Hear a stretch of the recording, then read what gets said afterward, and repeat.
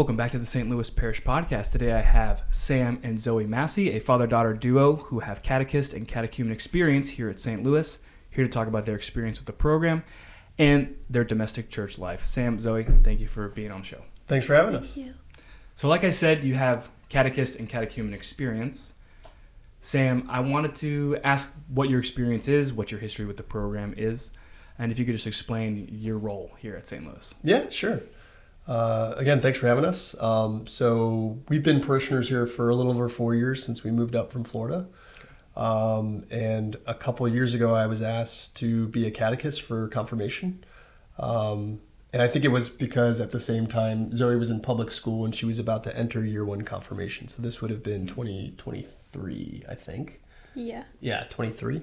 And so Zoe and I were just frankly very blessed to be sort of a father-daughter pair going through that together. It was my first time as a catechist. I think, frankly, I'm not as well catechized as I would like to be. And so I didn't know that I was really prepared for that. But Zoe and I went through it together. She was confirmed in October. Yeah. And now I'm going through it with my son as well, Tommy, who is a first-year catechumen. So it's been great.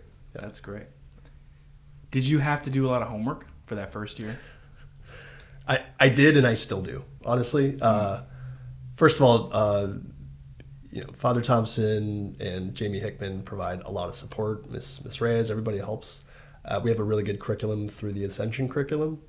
But there's so much work I'm appreciating now for someone who's a catechist that they need to do behind the scenes, not just reading through the curriculum itself, but frankly, I listen to a lot of podcasts on the topic of that week or that lesson, try and do more reading. So, I mean, in many respects, it's been more sort of catechizing for me than anybody. And I've just been incredibly grateful for it because they're the things I've wanted to always know more about and understand better. And this has been kind of the sort of the engine and the motivation to do that. So, right. Yeah. That's very cool. Yeah. Zoe, what about you? Like what homework have I had to do? Or Well, yeah, we'll get into that. okay. But, we know you went through confirmation about 3 years ago now? Two to 3 years? Yeah. Mm-hmm. Yeah. I had a great experience. I loved having my dad as my catechist. I had to be like the Hermione Granger student sometimes because no one else would answer his questions. I don't know. That was fun though. Yeah. That is cool. Yeah. I forget which guest it was, but it was something similar. It was a volunteer who got asked to teach, and he said something very similar. It was like, well, if I'm going to teach this stuff, I better like brush off the cobwebs and know what I'm talking about. And it caused him to live his faith more intentionally. Because he's like, I don't want to go up there and tell people to do something that I'm not doing, be a hypocrite that way. So I think that's a very common theme. The teacher gets more catechized than the student in some respects. 100%. I mean, it's a very serious responsibility when I take a step back and think about it.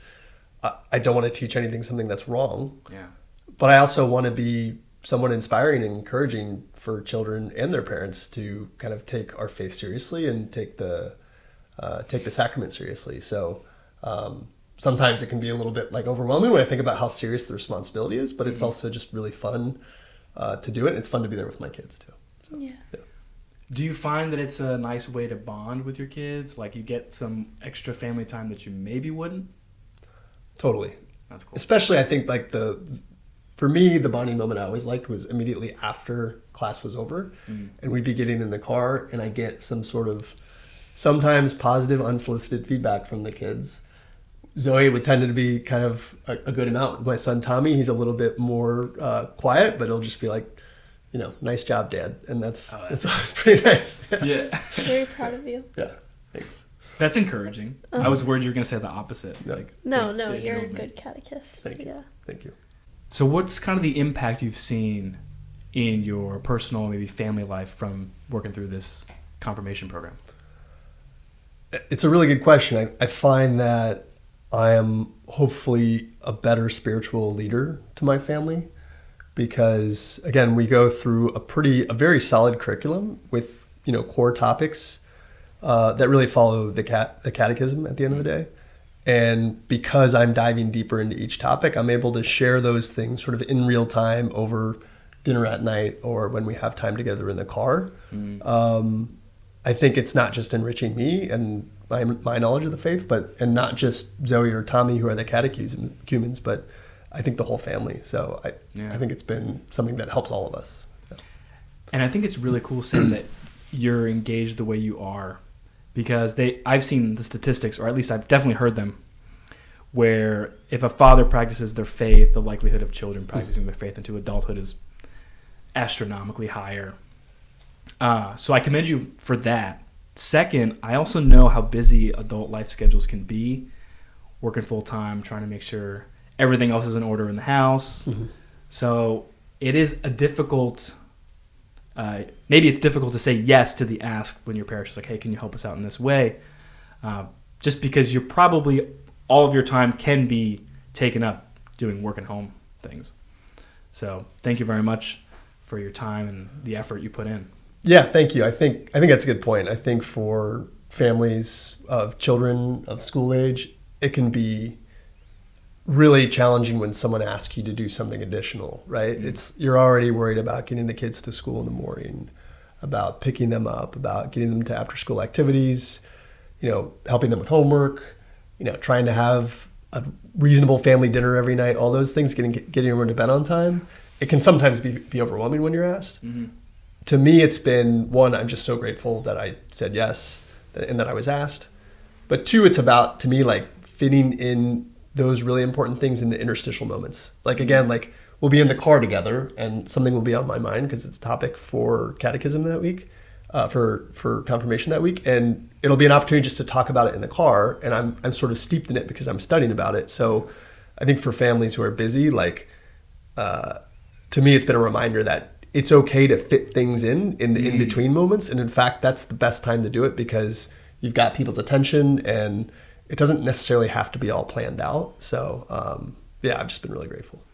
That's a great encouragement because it's very easy we're going to set aside this block of time and then very easy for that block of time to just get wiped away. Totally. Yeah. But that's good. Yeah, making use of, what was the word you used? Interstitial moment? Interstitial time, yeah. In between, like exactly. Loading into the car, that's right. Going from church to home. Like right. The 8 minutes that exactly. is not slotted for an activity, but that's you can right. make productive. Yeah. Wow, cool. So what do you guys like to do at home as a family? We like to read together. He's read the Lord of the Rings to me and my brother. And we like to, we like to play Risk sometimes when we can. We get really into it. These are intense activities. Yeah. Risk can be risky to play, I think, as a family. We've spent like 6 hours playing it. Yeah, it gets intense. I think puzzles are a thing that we like to do to kind of calm down at the end of the day. Another thing, I was thinking about this, that we do, it's sort of a tradition on the way to Mass when we can, is we listen to this podcast called Family Mass Prep. It's kind of, to me, going back to the sort of theme of interstitial time, it's like an 8 to 10 minute podcast, which is perfect for our drive from our house to Mass in the morning. And it's geared towards children, younger children, but it kind of, hey, here are the readings for today. Here's the part of the liturgical season we're in. And it's a husband and wife who also have young kids, and they're kind of funny. They're kind of a comedy duo. And so I think that's another thing that we like to do together. And it just sort of happened naturally, but now it's become sort of a kind of a ritual or a tradition we do every week. So. I like that because I would say the majority of people that live by the parish they go to is about that far away from them. Yep.